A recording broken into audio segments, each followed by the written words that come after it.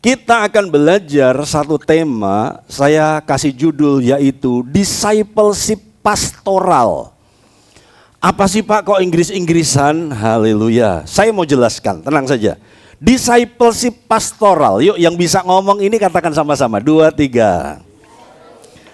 Oke, next. Discipleship itu artinya pemuritan. Oke, next. Pastoral itu artinya penggembalaan.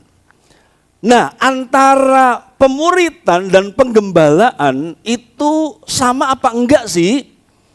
Kalau beda, apa bedanya? Kalau itu dua hal, mana yang lebih penting? Lalu mana yang lebih dulu? Pemuritan dulu baru penggembalaan atau penggembalaan dulu baru pemuritan?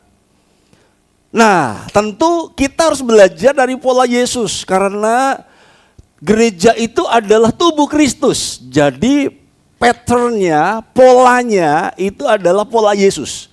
Bagaimana Yesus melayani, seperti itu juga gereja harus melayani. Nah, jadi kita akan melihat pemuritan itu apa, penggembalaan itu apa. Kenapa Pak Denny kasih judul Discipleship Pastoral, itu maksudnya apa? Oke, kita akan lihat bedanya. Next yang berikutnya. Pastoral itu penggembalaan. Jadi dari kata pastor, pastor itu kan pendeta, ya saudaraku ya. Pastor itu pendeta, pendeta itu berfungsi menggembalakan. Kita tahu analogi dalam Alkitab, dalam kekristenan bahwa hubungan umat Tuhan dengan Tuhan itu digambarkan seperti gembala dan domba. Dan kemudian itu terbawa selanjutnya pemimpin rohani dengan yang dipimpin itu juga digambarkan sebagai gembala dan domba. Begitu ya, karena itu di beberapa gereja pendeta itu bukan dipanggil pastor tapi Pak Gembala, Bu Gembala. Nah, gitu ya. Tapi teman saya di Manado itu lucu saudaraku, mereka panggil ibu rohaninya itu bro. Saya dengarnya kok bro loh. Ini bukan rohani kok dipanggilnya bro, jemaatnya manggilnya bro saudaraku. Ternyata bukan bro tapi ibu rohani. Nah gitu saudaraku ya. Nah, jadi kalau nggak dengar baik-baik itu jemaatnya bro, ini kita mau masak apa hari ini bro? Gelasnya di mana bro? Jadi jemaat itu manggilnya kepada ibu gembala itu bro, padahal ibro saudaraku ya, ibu rohani. Saya harap jangan ditiru deh, nggak enak saudaraku ya, haleluya. Iya, Bro Febe, wah gitu saudaraku ya. Nanti kembali, sesdeni saudara, repot juga. Oke, pastoral penggembalaan. Jadi di beberapa tempat pastor, pendeta itu juga dipanggil gembala ya. Nah, fakta menunjukkan bahwa Yesus adalah gembala. Yang setuju mari baca sama-sama 2, 3. Yesus adalah gembala. Kapan dia disebut gembala? Bukti-bukti Alkitabnya apa? Lihat Matius 2 ayat 6, di depan saya sudah cantumkan. Dan engkau Betlehem, tanah Yehuda, engkau sekali-kali bukanlah yang terkecil di antara mereka yang memerintah Yehuda. Karena daripada mula akan bangkit seorang pemimpin yang akan menggembalakan umatku Israel. Jadi Yesus belum lahir. Ini nubuatan tentang tempat yang namanya Bethlehem. Bahwa Bethlehem, kamu gak usah minder kalau kamu kecil. Kamu gak usah minder kalau kamu gak terkenal. Karena dari yang terkecil itu Tuhan akan pilih. Di sana akan lahir seseorang yang menjadi pemimpin. Dalam bahasa Inggris pakai kata ruler. Ruler itu pemerintah. Tapi ruler yang hatinya itu shepherd. Ruler yang artinya itu gembala, pemimpin, dia punya otoritas, dia punya ketegasan, dia punya wibawa sebagai pemimpin, tetapi dia punya hati gembala. Nah, kalau kita ketemu pemimpin yang punya hati gembala, ini paling enak saudaraku. Iya. Pemimpin tidak selalu gembala, tetapi gembala harus pemimpin, gitu saudaraku. Nah, Yesus belum lahir pun sudah dinubuatkan bahwa bayi yang akan lahir di tempat yang tidak terkenal, bayi yang lahir di tempat yang kecil, yang tidak dipedulikan oleh orang, justru ternyata dia pemimpin Israel. Dia pemimpin besar, dia pemerintah, dia akan memerintah. Tapi dia punya hati gembala yang akan memerintah dengan cara menggembalakan umatku Israel. Jadi Yesus adalah gembala, ya. Lanjut yang berikutnya, next. Bagaimana ketika dia melayani? Nah, ini ketika sekarang dia sudah dewasa, dia sudah 30 tahun, sudah dibaptis dan dia melayani. Matius 9 ayat 36. Melihat orang banyak itu tergeraklah hati Yesus oleh belas kasihan kepada mereka. Karena mereka lelah dan terlantar seperti domba yang tidak bergembala. Jadi ini lihat Yesus lihat banyak orang yang butuh pertolongan. Yesus lihat banyak orang yang menderita. Muncullah jiwa, muncullah hati belas kasihan. Dan Yesus melihat mereka lelah, terlantar, seperti domba yang tidak bergembala. Hati gembalanya Yesus itu terusik. Orang buahnya keleleran. Tidak diopeni sama ahli Taurat, tidak dilayani dengan baik oleh orang Farisi. Ada yang sakit, ada yang menderita, dirasuk setan. Hati Yesus itu tergerak dengan belas kasihan. Makanya syarat jadi gembala itu memang harus punya belas kasihan, saudaraku ya. Sebab kalau enggak punya belas kasihan, ya tadi ayat nubuatan tentang Betlehem, orang hanya memerintah. Orang hanya tegasnya saja, tetapi kelembutan hati gembala itu perlu untuk seorang gembala. Ya, harus ada belas kasihan. Bapak Ibu yang mengikuti media sosial, baru-baru ini viral seekor monyet yang namanya Pans. Iya, di Jepang, saudaraku ya. Nah, Pans ini adalah monyet kecil yang ditolak oleh ibunya sendiri.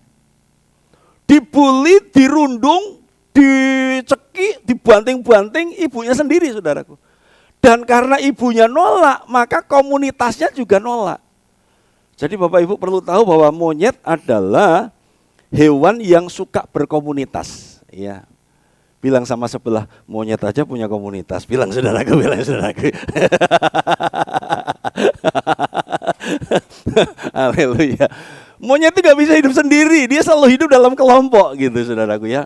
Ya makanya ayo saudaraku sempatkan diri sebulan sekali saudaraku. Kalau gak bisa tiap minggu ber-KFC lah ya, gabung KFC saudaraku ya, haleluya, puji Tuhan ya.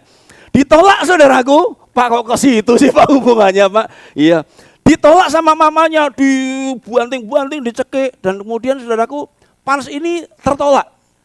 Si monyet kecil ini tertolak. Saudaraku, padahal masih dalam masa harusnya diasuh. Ditolak ibunya, ditolak komunitasnya. Dan akhirnya pengelola kebun binatang nanti sampai kalau pulang yang belum tahu cerita ini, saudaraku, Bapak Ibu boleh googling ya atau searching ya.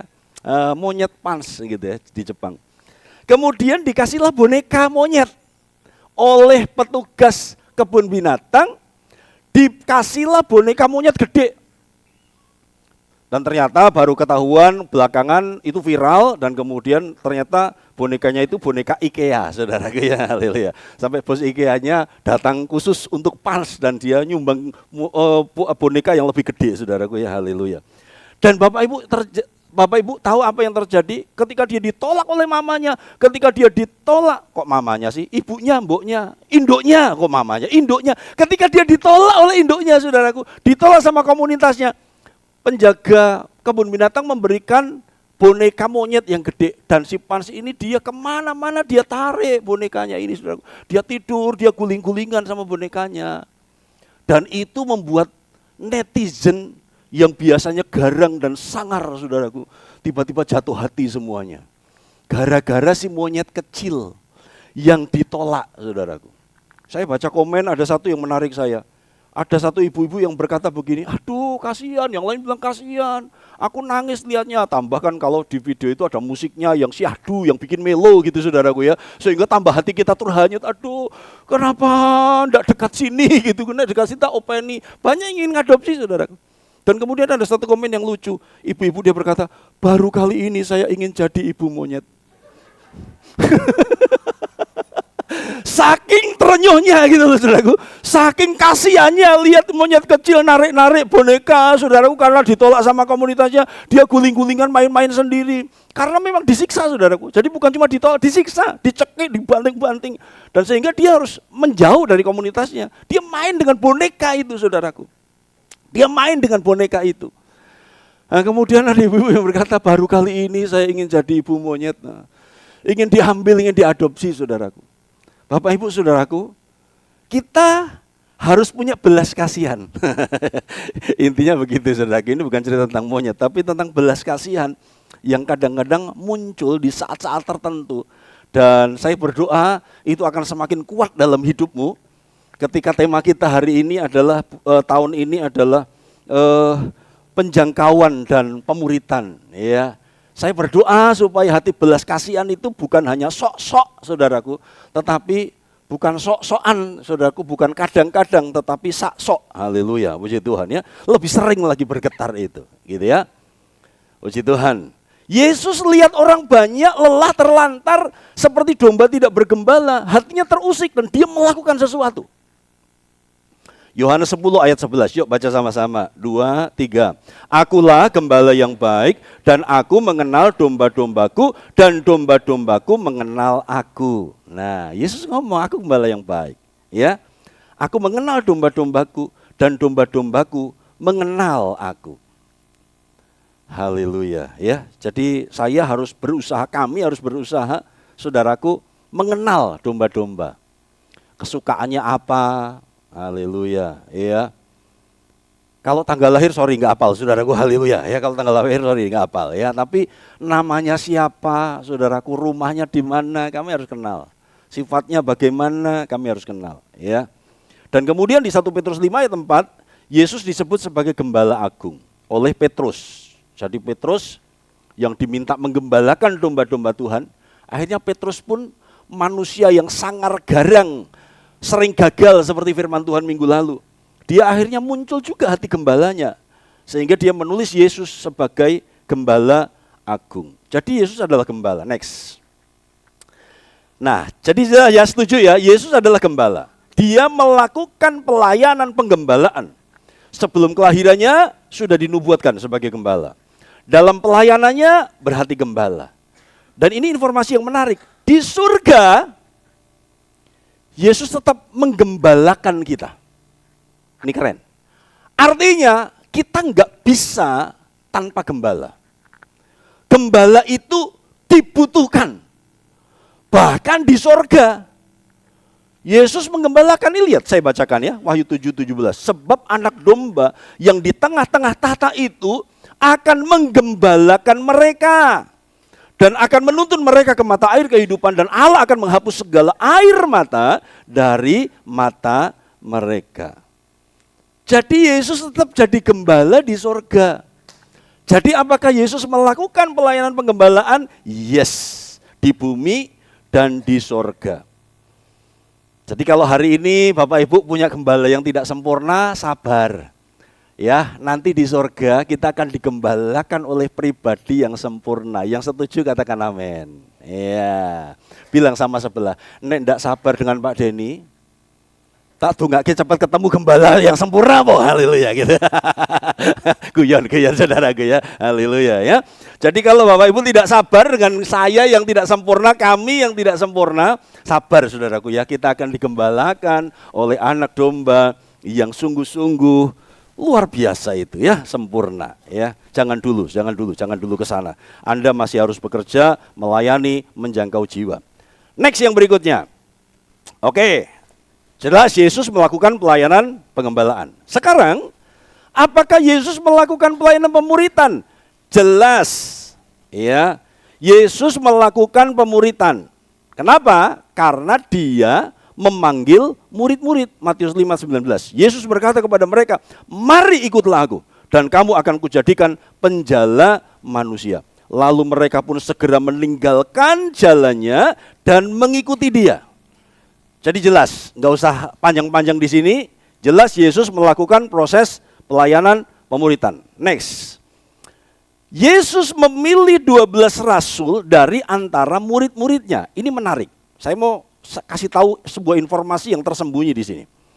Yesus pilih 12 rasul dari antara murid-muridnya. Baca baik-baik, saya bacakan, Bapak Ibu simak baik-baik, Lukas 6:12. Pada waktu itu pergilah Yesus ke bukit untuk berdoa dan semalam-malaman ia berdoa kepada Allah. Ketika hari siang, ia memanggil murid-muridnya kepadanya. Lalu memilih dari antara mereka 12 orang yang disebutnya rasul. Perhatikan yang kuning. Jadi murid Yesus itu enggak hanya 12 dari ayat ini. Ngerti? Untuk memilih yang 12 dia perlu berdoa semalam-malaman. Makanya pelayan-pelayan dengar baik-baik. Penunjukanmu, kepercayaan gembala untuk engkau terlibat melayani itu hasil doa. Bilang sama sebelah, kamu tuh hasil doa. Bilang saudaraku ya. Haleluya, hasil doa saudaraku. Yesus mau pilih 12, doa dulu semalam-malaman, Tuhan berikan hikmat yang mana 12 tim inti, 12 ring 1, 12 yang akan kumuridkan secara khusus. Jadi 12 ini dipilih dari murid-muridnya yang banyak. Jadi kalau yang disebut leader itu hanya beberapa, kalau yang disebut pelayan, karisma itu hanya beberapa, ya ini saudaraku bukan berarti yang enggak melayani itu bukan murid. Bukan berarti yang bukan leader itu bukan murid. Ya tinggal Bapak Ibu mau memuridkan diri atau tidak, begitu saudaraku ya. Jadi Yesus punya murid bukan cuma 12. Tapi banyak murid, tapi 12 diantaranya khusus dididik secara khusus. Ini kelas khusus. Dan kelas khusus selalu lebih berat. Haleluya. Bilang sama sebelahmu kalau leader saudaraku, kalian lebih berat. Haleluya. Bilang saudaraku, haleluya ya.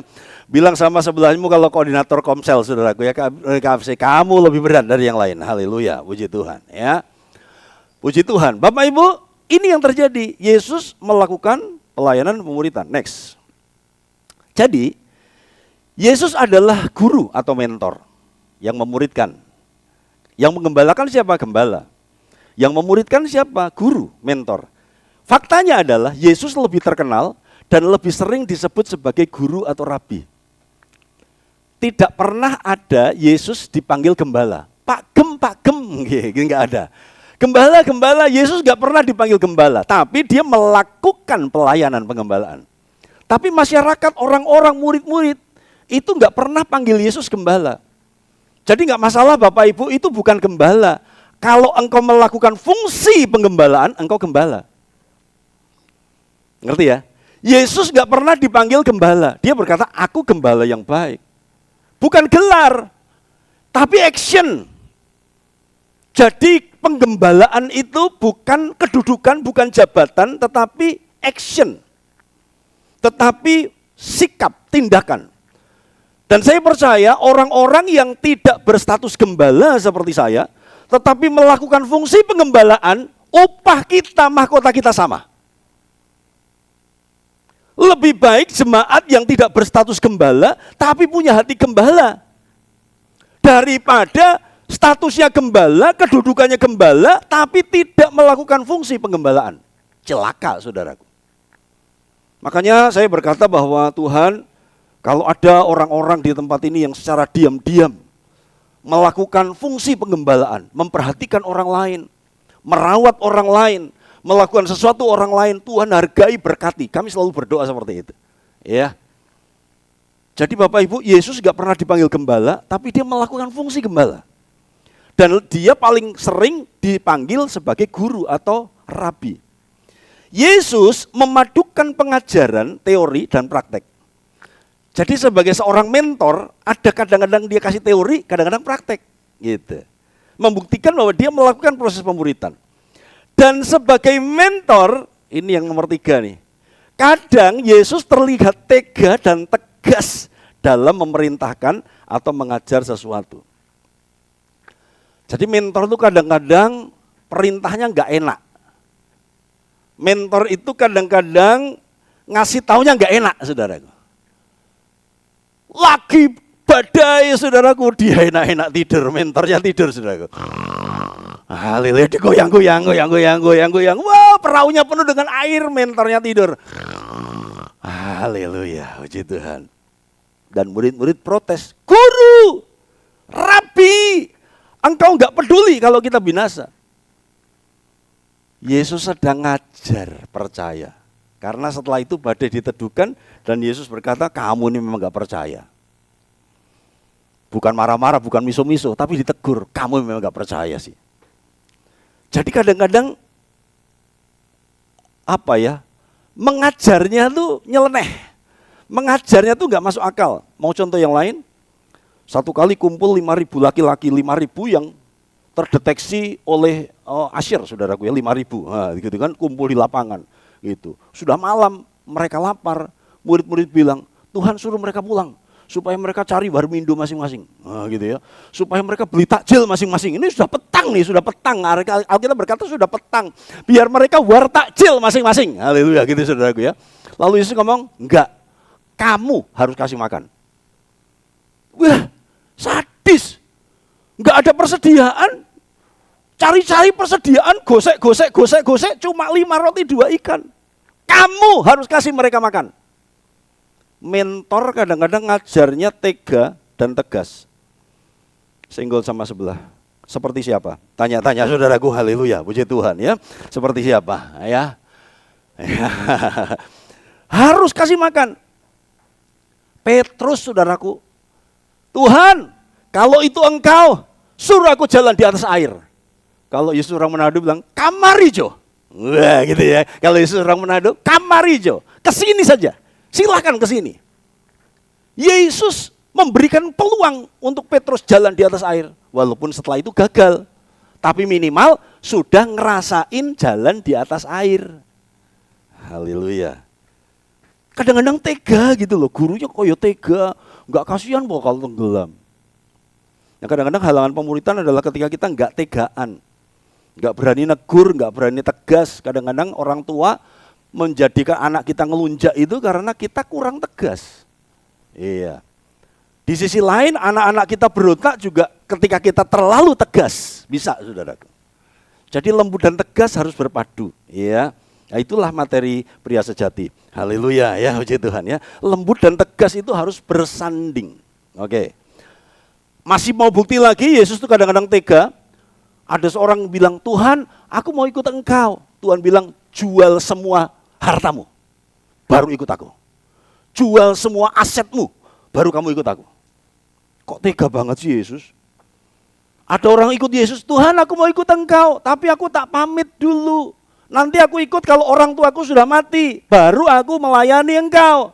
Yesus bilang, biarkan orang mati ngubur orang mati. Maksudnya gak usah tunggu ayahmu mati baru kamu melayani. Maksudnya dia itu, orang Yahudi itu kehormatan kalau dia bisa menguburkan ayahnya dan kemudian dia baru free. Aku kalau sudah free time, kalau udah nggak ada tanggungan orang tua, aku baru mau ikut engkau. Bapak Ibu saudaraku, Tuhan bilang biar orang mati, ngubur orang mati. Kalau mau ikut aku sekarang.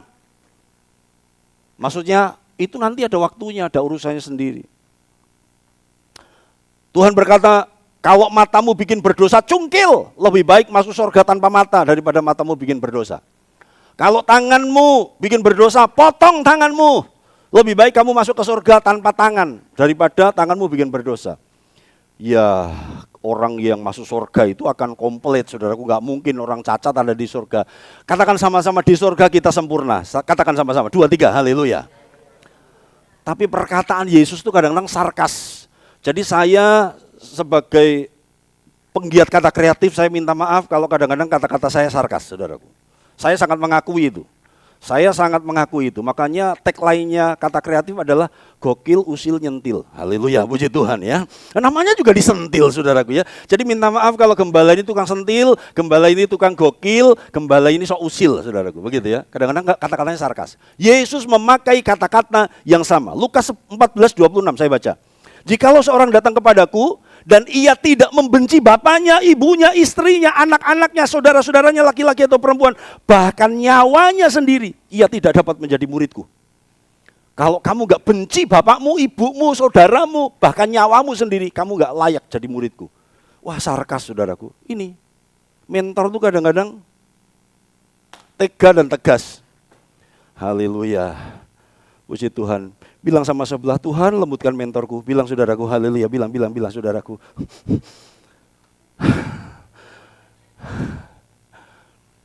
Next yang berikutnya. Lalu sekarang bedanya apa toh Pak? Yuk kita simpulkan tipis-tipis ya. Beda pengembalaan dan pemuritan. Pengembalaan dilakukan oleh gembala. Pemuritan dilakukan oleh mentor. Ya. Dan Yesus adalah gembala yang juga mentor gitu. Penggembalaan itu pemeliharaan. Tapi pemuritan itu pelatihan. Penggembalaan itu penguatan. Pemuritan itu pemberdayaan. Jadi yang tidak berdaya jadi berdaya, yang enggak berfungsi jadi berfungsi. Itu pemberdayaan. Penggembalaan itu perawatan, tetapi pemuritan itu pendewasaan. Penggembalaan itu didekap. Jangan jauh-jauh dari gembala ya. Ayo setia ibadah. Saya akan sukacita kalau lihat wajahmu setiap minggu misalnya gitu saudara ya. Pengembalaan itu didekap. Jangan pergi jauh-jauh. Ya, tetaplah kita bersekutu. Asiknya rame-rame. Nah, gitu saudara, itu pengembalaan. Tapi pemuritan itu diutus. Pergi. Lakukan sesuatu. Jadi berkat. Pengembalaan itu dilayani. Pemuritan itu dilatih melayani. Penggembalaan itu dipimpin, pemuritan itu dilatih memimpin. Penggembalaan itu diberi makan, pemuritan itu memberi makan. Nah sayangnya adalah kita itu cenderung semua kita ada di ekstrim kanan, saudara, ada di ekstrim kiri, saudara. Dilayani, disuapi, disayang. Kalau negur tuh ya jangan keras-keras Pak Gembala. Saya ini kan introvert. Haleluya ya. Saya itu kalau ditegur sedikit saja, wah langsung jantung saya bergetar.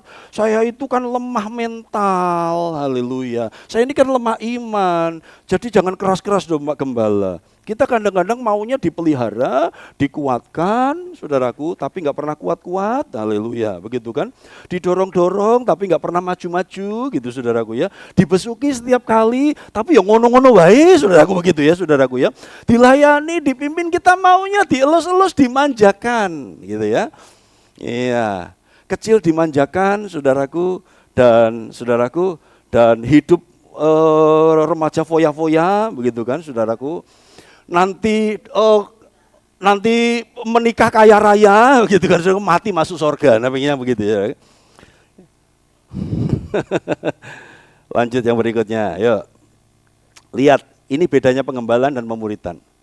Pengembalaan itu Matius 11:28. Marilah kepadaku semua yang letih lesu dan berbeban berat, aku akan memberi kelegaan kepadaku. Katakan sama-sama, maknyes, haleluya ya. Oke, saya baca, nanti sampai di titik Bapak Ibu bilang maknyes gitu ya. Marilah kepadaku semua yang letih lesu dan berbeban berat, aku akan memberi kelegaan kepadamu. Ye, keren, haleluya ya. Membuktikan bahwa kita senang saudaraku ya, dirangkul-rangkul, disayang-sayang, ditinang-ninang saudaraku, digendong-gendong, dininah-bubukkan saudaraku, haleluya. Semua kita senang seperti itu. Tapi pemuritan, Matius 28:19, pergi! Jadikan semua bangsa muridku. Di dalam kata pergi itu, saudaraku, Bapak Ibu ngerti cerita para rasul ketika pergi menjadikan bangsa-bangsa muridku, akhirnya mati. Haleluya, puji Tuhan. Jadi di balik kata ini Tuhan berkata, mati! Jadikanlah semua bangsa muridku. Mati yo, siaplah mati, pergi dan siaplah mati. Dewasalah dan lakukan pekerjaan Tuhan. Matius 10:16, aku mengutus kamu seperti domba ke tengah-tengah serigala. Kok tega sih Tuhan? Tuhan apa enggak sayang aku? Kenapa aku lahir di Indonesia? Yang minoritas. Yang banyak seri-seri yang lain. Haleluya, puji Tuhan ya. Iya, serigala. Matius 14:16. Kamu harus memberi mereka makan. Nah tadi sudah kita lihat. Itu pemuritan. Jadi yang ini lembut, yang ini tegas. Yang ini perawatan, saudaraku, yang ini pemulihan, yang ini pendewasaan. Ya, itu pengembalaan dan pemuritan. Next yang berikutnya. Nah, Bapak Ibu, ini pengembalaan. Dierami, dirawat, dijaga, dilindungi, disuap, dilayani, dijauhkan dari resiko. Ada musuh, tak hadapi. Enggak boleh ada yang ganggu anakku. Ada ular, mau memangsa anak Raja Wali akan bertindak. Ini pengembalaan. Ini pastoral. Tiba-tiba Bu Gembala telepon, kamu lagi baik-baik? Ada apa ya? Aku kok kepikiran, haleluya. Kok susah 1 bulan ini setiap malam aku ngimpi kamu. Misalnya gitu saudaraku ya, haleluya. Iya, lagi ada masalah Bu. Itu namanya dijaga saudaraku. Namanya diingat, namanya didoakan, namanya dilayani. Dijauhkan dari resiko. Itu pengembalaan. Next. Tapi ini pemuritan. Sarangnya diobrak-abrik. Itu ada ayatnya ya. Keluaran Ulangan 32 ayat 11. Seperti Raja Wali membongkar sarangnya. Sarang dibongkar, anaknya dipaksa terbang, dilempar saudaraku. Anaknya dikeluarkan dari sarang, dibiarkan jatuh, dibongkar kenyamanannya, ditegur dengan sangat keras, dibiarkan dalam bahaya, jatuh, mama. Tapi mamanya melakukan proses penggembalaan lagi, ditampung. Seorang mama yang baik, seorang mentor yang baik gak akan membiarkan anaknya hancur. Haleluya. Next yang berikutnya. Ini pastoral, pengembalaan. Dimandikan, saudaraku, di bedong. Saya ketika cari gambar ini, saudaraku, wah ternyata bedong bayi itu macam-macam, saudaraku. Ada yang gaya buntil, saudaraku ya, haleluya. Ada yang gaya lemper, saudaraku. Ada yang gaya lemet, saudaraku ya. Ada yang gaya, saudaraku, macam-macam, haleluya, puji Tuhan ya. Ada yang gaya lontong, saudaraku ya. Ada yang gaya arem-arem, saudaraku. Saya nggak ngerti yang benar mana ini, Bu Bidan nggak ngerti, nanti jelaskan, haleluya ya. Tapi itulah proses penggembalaan. Nih kan, disayang, dirawat, disuapin, digoyang, digendong, ditenangkan, ditimang-timang. Ini penggembalaan. Tapi jangan berhenti di sini. Ayo next yang berikutnya. Diajar jalan, saudaraku. Jatuh, naik sepeda, jatuh. Diajar membaca, diajari, didewasakan. Coba tanya sama sebelahmu, saudaraku. Kapan terakhir kamu benjut? Tanya saudaraku, haleluya, tanya saudaraku ya.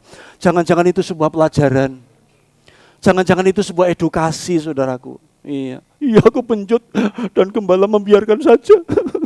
Aku lagi ada masalah. Rambutku kecetit, ora dibesuki. Haleluya, puji Tuhan. Bapak Ibu saudaraku, kadang-kadang kita baper gitu ya. Kadang-kadang kita menuntut untuk kita itu, ayo Bapak Ibu, ayo kita dewasa. Senggol sebelahmu katakan ayo dewasa. Bilang saudaraku, haleluya, puji Tuhan ya. Ayo kita bangkit, ayo berdiri. Haleluya, puji Tuhan. Kita sedang dimuridkan, kita sedang didewasakan saudaraku. Lanjut yang berikutnya. Haleluya.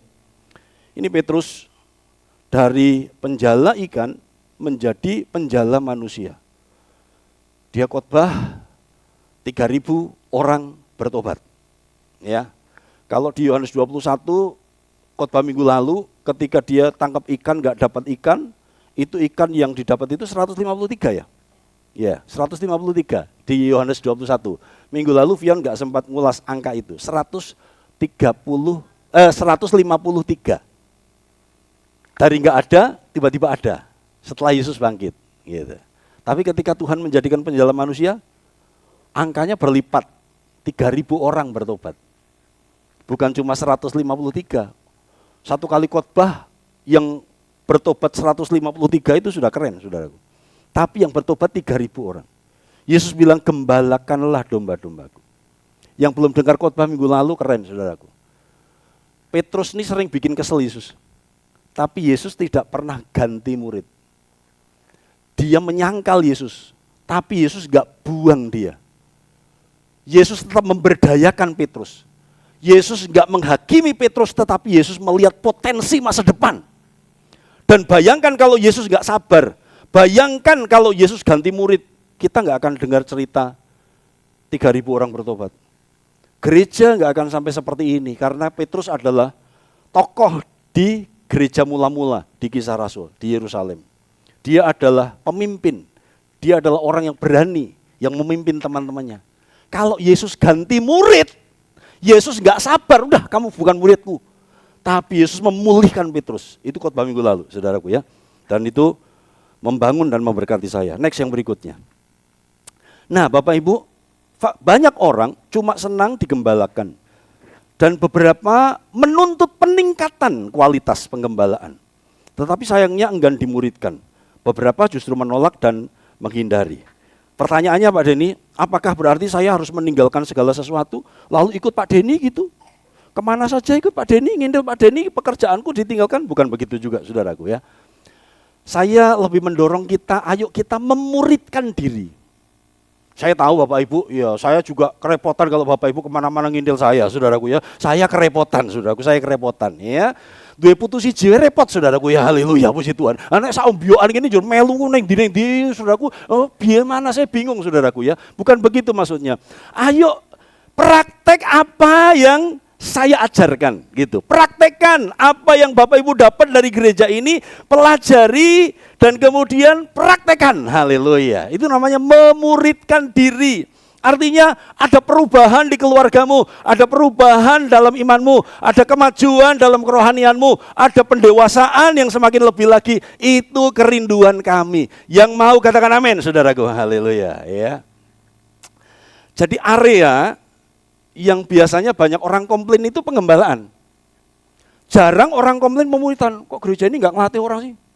Kok gereja ini nggak memberi kepercayaan sih? Ada di beberapa gereja yang keluhan jemaat adalah, kok sing senior KB yang melayani? Kenapa nggak ada kaderisasi?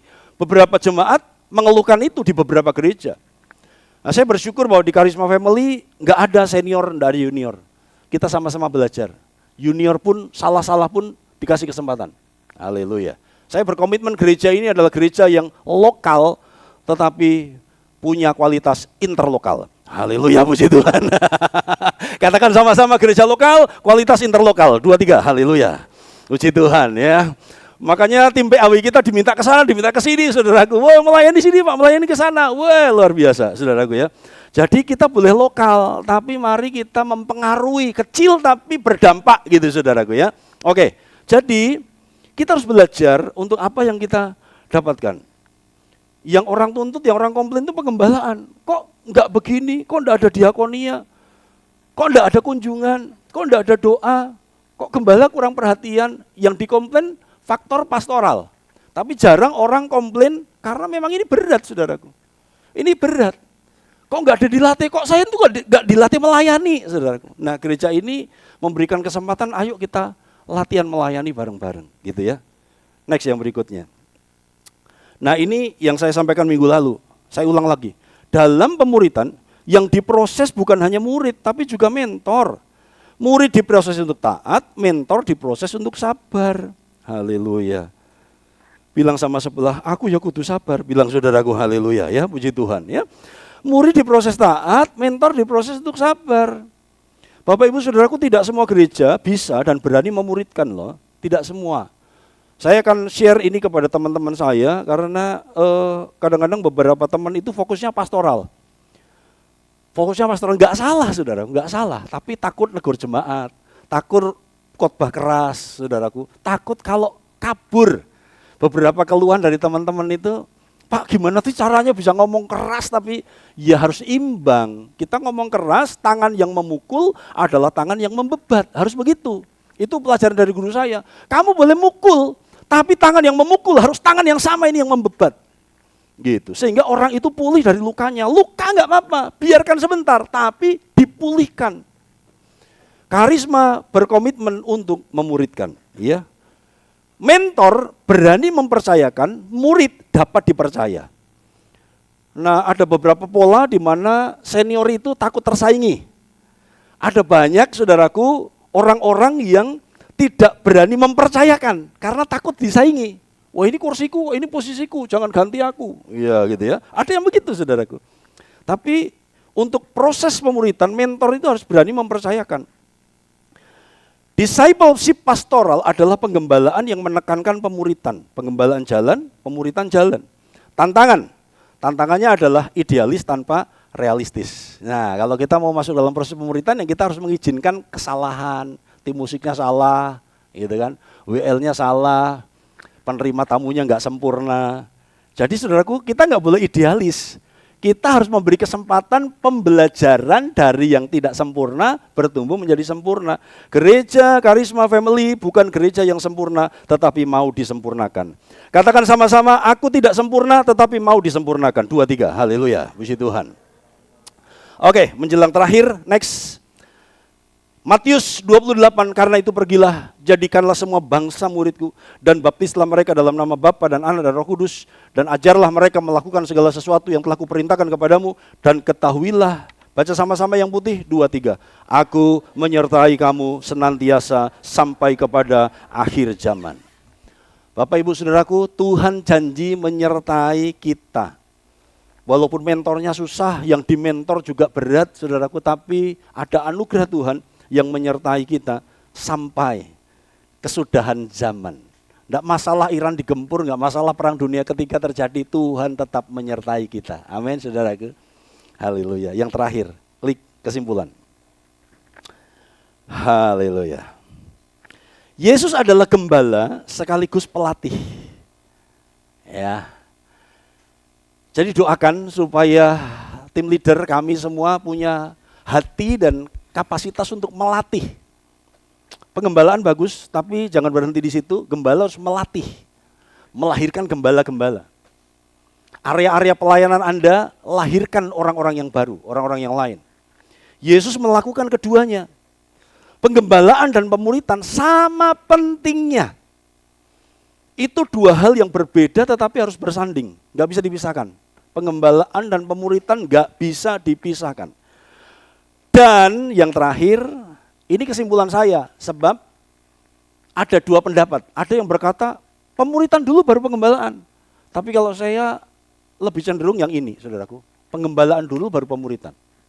Saya lebih cenderung penggembalaan dulu, dan kemudian dalam penggembalaan itu muncullah proses pemuritan. Gitu ya. Haleluya. Amin firman Tuhan, mari kita siapkan hati masuk perjamuan kudus. Terima kasih Tuhan, haleluya.